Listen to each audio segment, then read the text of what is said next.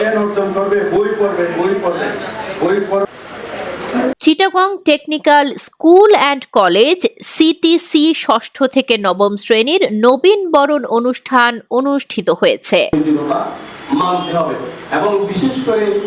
চট্টগ্রাম নগরীর মুরাদপুর নিজস্ব ক্যাম্পাসে Chittagong technical school and college CTC এর চেয়ারম্যান কে এম মুসার সভাপতিত্বে এতে প্রধান অতিথি হিসেবে উপস্থিত ছিলেন ব্যারিস্টার সুলতান আহমেদ চৌধুরী কলেজের অধ্যক্ষ মোহাম্মদ আনোয়ারুল ইসলাম। বিশেষ অতিথি হিসেবে উপস্থিত ছিলেন ডায়াগনস্টিক অ্যাসোসিয়েশনের সভাপতি ডাক্তার আবুল ফজল, মানবাধিকার কমিশনের সাধারণ সম্পাদক ইস্কান্দার মিয়া তালুকদার, সিটিসি ভারপ্রাপ্ত অধ্যক্ষ মাহমুদা আক্তার জুঁই সহ আরো অনেকে। অনুষ্ঠানে বক্তারা জানান, বর্তমান উন্নত বিশ্বের সাথে তাল মিলিয়ে চলতে গেলে কারিগরি শিক্ষা ছাড়া সম্ভব নয়।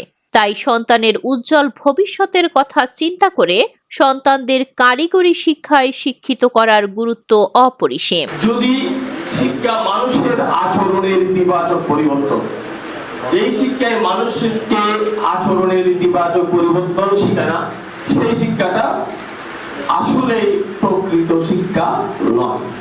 আজকের যেই শিশুটি আগামী দিনে বড় হবে, সেই তথ্য প্রযুক্তিতে বড় হবে, সেই উচ্চশিক্ষায় বড় হবে, কিন্তু সেই যদি মানবিক মানুষ না হয়, তাহলে তাকে দিয়ে আমরা সমাজে, রাষ্ট্রে, পৃথিবীর কোনো ভালো কিছু আশা করতে পারি না।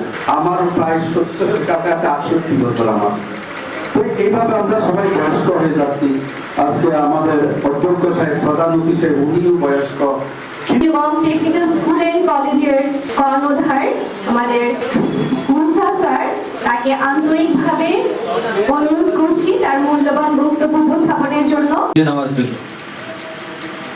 আমরা সবাই একটা শর্ট কমিটি পরিবর্তন করে একটা পরিবর্তন করে যাচ্ছি।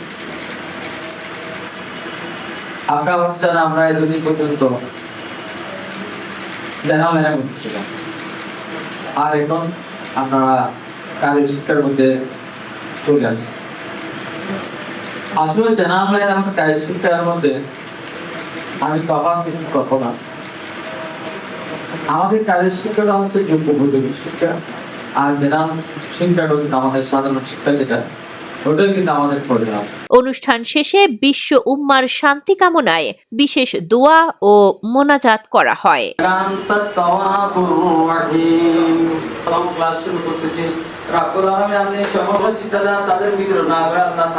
Desk report 24।